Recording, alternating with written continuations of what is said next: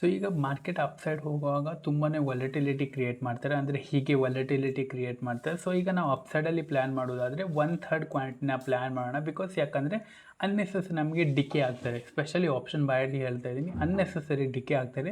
So ಅದಕ್ಕೆ up ಸೈಡಲ್ಲಿ quantity less ಮಾಡಿ ಟ್ರೇಡ್ ಮಾಡಿ, ಇಫ್ ಇನ್ ಕೇಸ್ ಟ್ರೇಡ್ ಮಾಡಬೇಕಂದ್ರೆ ಡೌನ್ ಸೈಡಲ್ಲಿ ಸ್ವಲ್ಪ ಕ್ವಾಂಟಿಟಿನ ನಾರ್ಮಲ್ ಇಟ್ಟು ಟ್ರೇಡ್ ಮಾಡೋಣ. ಅಂದರೆ ಡೌನ್ ಸೈಡಲ್ಲಿ ಸ್ವಲ್ಪ ಬರ್ಬೋದು, ಬಿಕಾಸ್ ಮಾರ್ಕೆಟಲ್ಲಿ ತುಂಬ ಆಲ್ರೆಡಿ ಮೂಮೆಂಟಮ್ ಆಗಿದೆ, ಅಂದರೆ ಮಾರ್ಕೆಟ್ ಆಲ್ರೆಡಿ ಸ್ಟ್ರೆಚ್ ಆಗಿದೆ. ಸೊ ಇಲ್ಲಿ ಪ್ರಾಫಿಟ್ ಬುಕ್ಕಿಂಗ್ ಬಂದಾಗ ಅಥವಾ ಸ್ವಲ್ಪ ಒಂದು ಸೆಲ್ಲಿಂಗ್ ಬರುತ್ತೆ, ಅಂದರೆ ಯಾರು ಸ್ವಲ್ಪ ಜನ ಬೈ ಮಾಡಿರ್ತಾರಲ್ಲ ಅವರ ಸ್ವಲ್ಪ ಹೆಜ್ ಮಾಡಲಿಕ್ಕೆ ಅದೆಲ್ಲ ಸ್ವಲ್ಪ ಸೆಲ್ಲಿಂಗ್ ಬರ್ತಾರೆ. ಸೊ ಆ ಸೆಲ್ಲಿಂಗ್ ಬಂದಾಗ ನಾವಿಲ್ಲಿ ನಾರ್ಮಲ್ ಕ್ವಾಂಟಿಟಿಲಿ ಪ್ಲ್ಯಾನ್ ಮಾಡಿದ್ರೆ ಐ ಥಿಂಕ್ ಬೆಟರ್ ಅಂತ. ಈಗ ನಾವು ಸೆಲ್ಲಿಂಗೆಲ್ಲಿ ಬರ್ಬೋದು, ಯಾವಾಗ ಮಾರ್ಕೆಟು ಇವತ್ತಿನ ಡೇ ಲೋ ಉಂಟಲ್ಲ, ಇವತ್ತಿನ ಡೇ ಲೋ ತುಂಬಾ ಇಂಪಾರ್ಟೆಂಟು. ಯಾವ ತನಕ ಇವತ್ತಿನ ಡೇ ಲೋನ ಬ್ರೇಕ್ ಡೌನ್ ಆಗಲ್ಲ ಆವ ತನಕ ಮಾರ್ಕೆಟು ಒಂದೊಳ್ಳೆ ಸೆಲ್ಲಿಂಗ್ ಬರೋ ಚಾನ್ಸಸ್ ಇಲ್ಲ. ಇಫ್ ಇನ್ ಕೇಸ್ ನಾಳೆ ಮಾರ್ಕೆಟು ಫ್ಲ್ಯಾಟ್ ಓಪನ್ ಆಯ್ತಂದರೆ ಈ ಹೈ ಆ್ಯಂಡ್ ಲೋನ ಬಿಲೋದಲ್ಲಿ ಟ್ರೇಡ್ ಮಾಡ್ಲಿಕ್ಕೆ ಹೋಗಬೇಡಿ, ಅನ್ನೆಸೆಸರಿ ಲಾಸಸ್ ಆಗ್ತಾರೆ. ನೀವು ಇಲ್ಲಿ ಫಾರ್ ಎಕ್ಸಾಂಪಲ್ ಅಂದ್ಕೊಳ್ಳೋಣ 10 ಲಾಟಲ್ಲಿ ಪ್ಲ್ಯಾನ್ ಮಾಡಿದರೆ ಇಲ್ಲಿ ನೀವು ಒಂದೇ ಲಾಟಲ್ಲಿ ಪ್ಲ್ಯಾನ್ ಮಾಡಿ, ಬಿಕಾಸ್ ಅದು ಡೇ ಹೈ ಲೋ ಒಳಗುಂಟು. ಸೊ ಇಲ್ಲಿ ನಿಮ್ಗೆ ಏನು ಕೂಡ ಟ್ರೇಡ್ ಸಿಗಲ್ಲ, ಇದು ಟ್ರ್ಯಾಪಿಂಗ್ ಆಗ್ತದೆ. If in case market flat open ಆಗಿ ಸ್ವಲ್ಪ ಟಿಲ್ಟ್ ಆಯಿತು, ಅದರ ನಂತರ ಯಾವಾಗ ಇದು ಡೇ ಲೋನ ಬ್ರೇಕ್ ಡೌನ್ ಆಯಿತು, ಇವತ್ತಿದು ಡೇ ಲೋನ ಬ್ರೇಕ್ ಡೌನ್ ಆದರೆ ಇಲ್ಲಿಂದ ಡೌನ್ ಸೈಡ್ ಮೂಮೆಂಟಮ್ ಬರೋ ಚಾನ್ಸಸ್ ಇರ್ತಾರೆ. ಅದು 24,880 ತನಕ ನಮ್ಮದು ಫಸ್ಟ್ ಟಾರ್ಗೆಟ್ ಇರೋ ಚಾನ್ಸಸ್ ಇರ್ತಾರೆ. ಫೈನ್. ಸೊ ನಾನು ಹೇಳ್ತಾ ಇಲ್ಲ ನೀವು ಇಲ್ಲೇ ಹೋಗಿ ಪ್ರಾಫಿಟ್ ಬುಕ್ ಮಾಡಿ ಅಂತ, ನಿಮ್ಮ ಎಕ್ಸ್ಪೀರಿಯನ್ಸ್ ಹೇಳ್ತಾರೆ ಎಲ್ಲಿ ಪ್ರಾಫಿಟ್ ಬುಕ್ ಮಾಡಬೇಕು, ಎಲ್ಲಿ ಪೊಸಿಷನ್ನ ಆ್ಯಡ್ ಮಾಡಬೇಕು, ಅದು ನೀವು ಎಕ್ಸ್ಪೀರಿಯನ್ಸ್ ಮೇಲೆ ಬಿಟ್ಟಿದ್ದು. ಫೈನ್. ವಾಟ್ ಇಫ್ ನಾಳೆ ಗ್ಯಾಪ್ ಡೌನ್ ಓಪನ್ ಆಯಿತು, ಅಂದರೆ ಈ ರೇಂಜಲ್ಲಿ ಗ್ಯಾಪ್ ಡೌನ್ ಓಪನ್ ಆಯ್ತು ಅಂದರೆ ಸಮಂಡ್ 24,920 24,900 ಈ ರೇಂಜಲ್ಲಿ ಗ್ಯಾಪ್ ಡೌನ್ ಓಪನ್ ಆಯ್ತು ಅಂದರೆ ಫಸ್ಟು ಇಲ್ಲಿಂದ ಒಂದು ಬೌನ್ಸ್ ಬ್ಯಾಕ್ ಬರ್ತಾರೆ. ಬಿಕಾಸ್ ಯಾಕಂದರೆ ಇದು ಇಲ್ಲಿಂದ ಬ್ರೇಕ್ಔಟ್ ಆದ್ರ ಮೇಲೆ ಇದು ಈಗ ಫಸ್ಟು ರೀಟೆಸ್ಟ್ ಬರ್ತಾರೆ. ಸೊ ಆಗ ತುಂಬ ಜನ ಯಾರೆಲ್ಲ ಇಲ್ಲಿ ಮಿಸ್ ಮಾಡಿರ್ತಾರಲ್ಲ ಅವರಲ್ಲಿ ಇಲ್ಲಿ ಟ್ರೈ ಮಾಡ್ತಾರೆ ಬೈ ಮಾಡಲಿಕ್ಕೆ.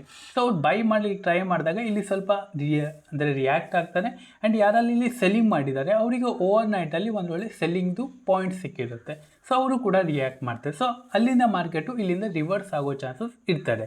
ಸೊ ಇಲ್ಲಿ ನೋಡಿ, ಮಾರ್ಕೆಟು ರಿವರ್ಸ್ ಆಗೋದು ಮ್ಯಾಟರ್ ಅಲ್ಲ, ಮಾರ್ಕೆಟು ಅಲ್ಲಿಂದ ಬ್ರೇಕ್ಔಟ್ ಕೊಡೋದು ಮ್ಯಾಟರ್ ಅಲ್ಲ, ಅದು ಸಸ್ಟೈನ್ ಆಗ್ತಾರ ಮ್ಯಾಟರ್. ದಟ್ ಮೀನ್ಸ್ ಇಲ್ಲಿಂದ ಮಾರ್ಕೆಟ್ ರಿಯಾಕ್ಟ್ ಆಯ್ತು ಅಂದರೆ ಈ ರಿಯಾಕ್ಟು ಸಸ್ಟೈನ್ ಆಗ್ತಾರಾ, ಮಾರ್ಕೆಟ್ ಅಲ್ಲೇ ಹೋಗಿ ಸೈಡ್ ವೇಸಲ್ಲಿ ಕ್ಲೋಸ್ ಆಗ್ತಾರೆ, ಅಥವಾ ಮಾರ್ಕೆಟು ರಿಯಾಕ್ಟ್ ಮಾಡ್ತು ಆ್ಯಂಡ್ ನೆಕ್ಸ್ಟ್ ಫಾರ್ವರ್ಡ್ ಕ್ಯಾಂಡಲ್ಲೇ ಮಾರ್ಕೆಟ್ ಅಲ್ಲಿಂದ ಆ ಲೋನ ಬ್ರೇಕ್ ಆಯಿತು, ಇಲ್ಲಿಂದ ಡೌನ್ ಸೈಡ್ ಬಂತು, ಅದು ಸಸ್ಟೈನ್ ಆಗ್ತಾರಾ ಇಲ್ವಾ, ಅದು ಮ್ಯಾಟರ್ ಆಗ್ತಾರೆ. ಫೈನ್.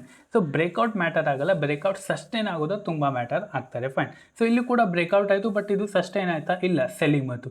ಇಲ್ಲಿ ಬ್ರೇಕ್ಔಟ್ ಆಯಿತು, ಇದೇನಾಯಿತು, ಸಸ್ಟೈನ್ ಆಯಿತು. ಐ ಹೋಪ್ ನಾನು ಹೇಳಿಕೊಂಡು ನಿಮಗೆ ಕ್ಲಿಯರ್ ಆಯ್ತು ಅಂತ. Fine. What if gap up open ಆದ, ದಟ್ ಮೀನ್ಸ್ ಈ ರೇಂಜಲ್ಲಿ ಓಪನ್ ಆದರೆ ಫಸ್ಟು ಯಾರೆಲ್ಲ ಬೈ ಮಾಡಿದ್ದಾರೆ ಅವರನ್ನು ಫಸ್ಟು ಪ್ರಾಫಿಟ್ ಬುಕ್ ಮಾಡ್ತಾರೆ. ದೆನ್ ಇಫ್ ಇನ್ ಕೇಸ್ ಏನಾದರೂ ಇಲ್ಲಿ ಡಬ್ಲ್ಯೂ ಪ್ಯಾಟರ್ನ್ ಸಿಕ್ಕಿದ್ರೆ ಇಲ್ಲಿ ನಾನು ಹೇಳೋದು ಪ್ಲೀಸ್ ಮಿನಿಮಮ್ ಕ್ವಾಂಟಿಟಿ ಎಷ್ಟು ಆಗ್ತಾರೆ ಅಷ್ಟು ಕಡಿಮೆಯಲ್ಲಿ ಕ್ವಾಂಟಿಟಿಯಲ್ಲಿ ಪ್ಲ್ಯಾನ್ ಮಾಡಿ. ಆವಾಗ ಇಫ್ ಇನ್ ಕೇಸ್ ಹೋದರೆ ವೆಲ್ ಆ್ಯಂಡ್ ಗುಡ್, ಇಲ್ಲ ಹೋಗಿಲ್ಲ ಅಂದರೆ ಮಾರ್ಕೆಟ್ ಅಲ್ಲೇ ಸೈಡ್ ವೇಸಲ್ಲಿ ಕ್ಲೋಸ್ ಆಗೋ ಚಾನ್ಸಸ್ ಇರ್ತಾರೆ. ಫೈನ್. ನಾಳೆ ಮಾರ್ಕೆಟು ಗ್ಯಾಪ್ ಅಪ್ ಓಪನ್ ಆದರೆ ಸೆಲ್ಲಿಂಗ್ ಮಾತ್ರ ನಾವು ಪ್ಲ್ಯಾನ್ ಮಾಡ್ತೀವಿ, ಅದೇ ಮಾರ್ಕೆಟು ಗ್ಯಾಪ್ ಡೌನ್ ಓಪನ್ ಆಯಿತು ಅಂದರೆ ಮಾರ್ಕೆಟ್ ಈ ರೇಂಜಲ್ಲಿ ಓಪನ್ ಆಯಿತು, ಅದ ನಂತರ ಮಾರ್ಕೆಟು 10:30 ತನಕ ಇಲ್ಲೇ ಹೋಲ್ಡ್ ಮಾಡ್ತು, ಅಂದರೆ ಪ್ರೈಸ್ ತನ್ನಂತಾನೇ ಹೋಲ್ಡ್ ಮಾಡ್ತಾ ಉಂಟು. ಅದ ನಂತರ ಮಾರ್ಕೆಟ್ ಏನಾದರೂ ಡೇ ಹೈನ ಇಲ್ಲಿ ಬ್ರೇಕ್ಔಟ್ ಆದರೆ ನಾವಿಲ್ಲಿ ಪ್ಲ್ಯಾನ್ ಮಾಡ್ಬೋದು, ಬಟ್ ಕ್ವಾಂಟಿಟಿ ಸ್ವಲ್ಪ ಲೆಸ್ ಇಟ್ಟು. ಅಂದರೆ ನಾರ್ಮಲಿ ನಾವು 10 ಕ್ವಾಂಟಿಟಿ ಪ್ಲ್ಯಾನ್ ಮಾಡೋದಾದರೆ ಇಲ್ಲಿ ನಾವು ಒಂದು 3 ಲಾಟಲ್ಲಿ ಪ್ಲ್ಯಾನ್ ಮಾಡೋದು. ಬಿಕಾಸ್ ಯಾಕಂದರೆ 1 ಲಾಟ್ ಯಾಕೆ ಹೇಳ್ತಾ ಇಲ್ಲ ಅಂದರೆ 9 ಕಾಲಿಂದ ಮಾರ್ಕೆಟು 10:30 ತನಕ ಇಲ್ಲಿ ಪ್ರೈಸ್ ಹೋಲ್ಡ್ ಮಾಡಿದೆ ಅಂದರೆ ಇದಕ್ಕೆ ಹ್ಯಾಸ್ ಟು ಗೋ, ಇದು ಹೋಗಬೇಕು, ಅದಕ್ಕೆ ತಾನೇ ಹೋಲ್ಡ್ ಮಾಡ್ತಾ ಉಂಟು. ಇಫ್ ಇನ್ ಕೇಸ್ ಹೋಗ್ಲಿಕ್ಕೆ ಇಷ್ಟ ಇಲ್ಲ ಅಂದರೆ ಇದು ಅಲ್ಲಿಂದ ಸೆಲ್ಲಿಂಗ್ ಬರ್ತಿತ್ತು, ಅಥವಾ ಅಲ್ಲೇ ವಾಲಟಿಲಿಟಿ ಕ್ರಿಯೇಟ್ ಮಾಡ್ತಾ ಇತ್ತು, ಅಲ್ಲೇ ಸೈಡ್ ವೇಸ್ ಆಗಿ ಹೋಲ್ಡ್ ಮಾಡ್ತಾ ಇದೆ ಅಂದರೆ ಇಟ್ ಹ್ಯಾಸ್ ಟು ಗೋ, ಇದಕ್ಕೆ ಹೋಗಬೇಕು, ಅದಕ್ಕೆ ತಾನೇ ಇದು ಹೋಲ್ಡ್ ಮಾಡ್ತಾ ಉಂಟು. ಸೊ ಅಲ್ಲಿ ಸ್ವಲ್ಪ 3 ಲಾಟಲ್ಲಿ ಸ್ವಲ್ಪ ರಿಸ್ಕ್ ತೊಗೊಂಡ್ರೆ ಐ ಥಿಂಕ್ ಬೆಟರ್ ಅಂತ. ಫಸ್ಟ್ ಟಾರ್ಗೆಟ್ ಏನಿದ್ರು ಆಲ್ ಟೈಮ್ ಹೈ ಹತ್ರ 1:2 ಇದೆ ಇದು, ಬಿಕಾಸ್ ನೀವು ದೊಡ್ಡ ಟಾರ್ಗೆಟು ಎಕ್ಸ್ಪೆಕ್ಟ್ ಮಾಡ್ಲಿಕ್ಕೆ ಆಗಲ್ಲ according to me. Fine. So 1:2 ಇಟ್ಟರೆ ಐ ಥಿಂಕ್ ಬೆಟರ್ ಅಂತ. ಫೈನ್. ಟ್ರೇಡಿಂಗಲ್ಲಿ ನಾನು ಎಕ್ಸ್ಪೀರಿಯನ್ಸ್ ಪ್ರಕಾರ ಒಂದೆರಡು ಮಾತು ಹೇಳ್ತೀನಿ, ಪ್ಲೀಸ್ ಕೇಳಿ. ಒಂದು ವಿಷಯ ಏನಂದರೆ 1 ಲಾಟಲ್ಲಿ ಟ್ರೇಡಿಂಗ್ನ ಮಾಡಲಿಕ್ಕೆ ಹೋಗಬೇಡಿ. ಯಾಕಂದರೆ ನೀವು ಇಲ್ಲಿ ಬ್ರೇಕ್ಔಟಲ್ಲೂ ಒಳ್ಳೆ ಬ್ರೇಕ್ಔಟಲ್ಲೂ 1 ಲಾಟಲ್ಲಿ ಪ್ಲ್ಯಾನ್ ಮಾಡ್ತೀರಾ, ಕೆಟ್ಟ ಬ್ರೇಕ್ ಡೌನಲ್ಲೂ 1 ಲಾಟಲ್ಲಿ ಪ್ಲ್ಯಾನ್ ಮಾಡ್ತೀರಾ, ರೇಂಜಲ್ಲೂ 1 ಲಾಟಲ್ಲಿ ಪ್ಲ್ಯಾನ್ ಮಾಡ್ತೀರಾ, ಸೈಡ್ ವೇಸಲ್ಲೂ 1 ಲಾಟಲ್ಲಿ ಪ್ಲ್ಯಾನ್ ಮಾಡ್ತೀರಾ, ವಾಲಟಿಲಿಟಿಯಲ್ಲೂ 1 ಲಾಟಲ್ಲಿ ಪ್ಲ್ಯಾನ್ ಮಾಡ್ತೀರಾ. ನೀವು ಹೇಗೆ ಪ್ರಾಫಿಟೇಬಲ್ ಆಗ್ತೀರಾ? ಪ್ರಾಫಿಟೇಬಲ್ ಆಗಲ್ಲ. ಅಲ್ಲಿಂದ ಸೈಕಲ್ ತಿರುಗ್ತಾ ಇರುತ್ತೆ, ಅಂದರೆ ಸ್ವಲ್ಪ ಪ್ರಾಫಿಟ್ ಆಗ್ತೀರಾ, ಲಾಸ್, ಇದೇ ಒಂಥರ ಲೂಪ್ ಹೋಲಲ್ಲಿ ತಿರುಗ್ತಾ ಇಡ್ತೀರಾ. ಸೊ ಅದಕ್ಕೆ 1 ಲಾಟಲ್ಲಿ ಪ್ಲ್ಯಾನ್ ಮಾಡ್ಲಿಕ್ಕೆ ಹೋಗಬೇಡಿ. Minimum 5 lot, minimum 2 lot, minimum 3 lot, ಇಷ್ಟು ಇದು ಮೂರಲ್ಲೇ ಪ್ಲ್ಯಾನ್ ಮಾಡಿ. ಬಿಕಾಸ್ ಯಾಕಂದರೆ ಸೈಡ್ ವೇಸಲ್ಲೂ ಪೊಸಿಷನ್ ಸೈಜಿಂಗ್ ಬೇರೆ ಇರುತ್ತೆ, ಟ್ರೆಂಡಿಂಗಲ್ಲೂ ಬೇರೆ ಇರುತ್ತೆ, ವಾಲಿಟಿಲಿಟಿಯಲ್ಲೂ ಬೇರೆ ಇರುತ್ತೆ. ಸೊ ಅದೇ ಒನ್ ಲಾಟಲ್ಲಿ ನಾವು ಡಿಪೆಂಡ್ ಆಗಿದ್ದರೆ ಐ ಥಿಂಕ್ ಅಲ್ಲಿ ಸರ್ವೈವ್ ಆಗೋಕ್ಕೆ ತುಂಬಾ ಕಷ್ಟ ಆಗ್ತದೆ. ಸೊ ಅದಕ್ಕೆ ಪೊಸಿಷನ್ ಸೈಜಿಂಗ್ ತುಂಬಾ ಮ್ಯಾಟರ್ ಆಗ್ತದೆ.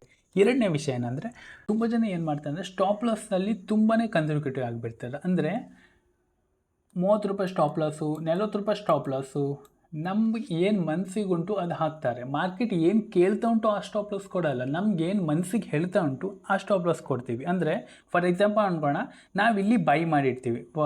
ಫಾರ್ ಎಕ್ಸಾಂಪಲ್ ಅಂದ್ಕೋಣ, ನಾವು ಈ ರೇಂಜಲ್ಲಿ ಬೈ ಮಾಡಿರ್ತೀವಿ, ಫೈನ್. ಸೊ ನಾವಿಲ್ಲಿ 30 ರೂಪಾಯಿ ಸ್ಟಾಪ್ ಲಾಸ್ ಕೊಟ್ಟಿರ್ತೀವಿ. 30 ರೂಪಾಯಿ ಇದೆಲ್ಲ ಎಕ್ಸಿಸ್ಟೇ ಆಗೋಲ್ಲ ಟ್ರೇಡಿಂಗಲ್ಲಿ. ಇಲ್ಲಿ ಏನಾಗುತ್ತೆ ಅಂದರೆ ಮಾರ್ಕೆಟ್ ವಾಲಿಟಿಲಿಟಿ ಮಾಡಿ ನೀವು 30 ರೂಪಾಯಿ ಎಸ್ ಎಲ್ ಹಿಟ್ ಮಾಡಿ ಮಾರ್ಕೆಟ್ ಅದರ ನಂತರ ಟ್ರೇಡ್ ಕೊಡುತ್ತೆ, ಫೈನ್. ಸೊ ಯಾವತ್ತಿದ್ರೂ ಪ್ರೀವಿಯಸ್ ಸ್ವಿಂಗೇ ಮ್ಯಾಟರ್ ಆಗುತ್ತೆ. 30 ರೂಪಾಯಿ ಸ್ಟಾಪ್ ಲಾಸು, 40 ರೂಪಾಯಿ ಸ್ಟಾಪ್ ಲಾಸು ಇದು ಮ್ಯಾಟರ್ ಆಗಲ್ಲ ಟ್ರೇಡಿಂಗಲ್ಲಿ. ಅದು ನೀವು ಆಪ್ಷನಲ್ಲಿ ಮಾಡುವಾಗ. ನಾನು ಆಪ್ಷನ್ ಬಗ್ಗೆ ಮಾತಾಡ್ತಾ ಇದ್ದೀನಿ. ಮತ್ತೊಂದು, ತುಂಬ ಜನ ಏನು ಮಾಡ್ತಾರೆ ಅಂದರೆ ಒಂದೇ ಟ್ರೇಡಲ್ಲಿ ಸ್ಟಾಪ್ ಲಾಸ್ ಕೊಡ್ತಾರೆ. ಅಂದರೆ ಒಂದು ಸ್ಟಾಪ್ ಲಾಸ್ ಕೊಡ್ತಾರೆ, ಅದರ ನಂತರ ಕ್ಲೋಸ್ ಮಾಡ್ತಾರೆ. ನೀವು ಬ್ಯಾಂಕ್ ನಿಫ್ಟಿಲಿ ಟ್ರೇಡ್ ಮಾಡ್ತಿದ್ದೀರಾ, ಇಲ್ಲಿ ನಿಮಗೆ ಆಪರ್ಚುನಿಟಿ ತುಂಬಾ ಸಿಗ್ತದೆ. ಬ್ಯಾಂಕ್ ನಿಫ್ಟಿ ವಾಲಿಟಿಲಿಟಿ ಕೂಡ ಹಾಗೆ ಇರ್ತಾರೆ. ಸೊ ಅದಕ್ಕೆ ನೀವು ಒಂದೇ ಸ್ಟಾಪ್ ಲಾಸ್ ಪರ್ ಡೇ ಮಾಡಿದರೆ ಏನೂ ಕೂಡ ಯೂಸ್ ಆಗಲ್ಲ, ಅದು ನಿಮ್ಮದು ಆಪರ್ಚುನಿಟಿನ ತಗೊಂಡು ಬಿಡುತ್ತೆ. ಸೊ ಅದಕ್ಕೆ 1-2 ಸ್ಟಾಪ್ ಲಾಸು ಮಿನಿಮಮ್ ಆದರೂ ಕೊಡಿ, ಫೈನ್. ಇದ್ರ ಬಗ್ಗೆ ಇನ್ ಡೀಟೇಲ್ಸಲ್ಲಿ ನಾನು ಬೇಕಾದರೆ ಒಂದು ವಿಡಿಯೋ ಮಾಡ್ತೀನಿ, ಪ್ಲೀಸ್ ನನಗೆ ಕಮೆಂಟ್ ಬಾಕ್ಸ್ ಮೂಲಕ ತಿಳಿಸಿ, ಫೈನ್. ಈ ವಿಡಿಯೋದಷ್ಟೇ, thank you, have a good day.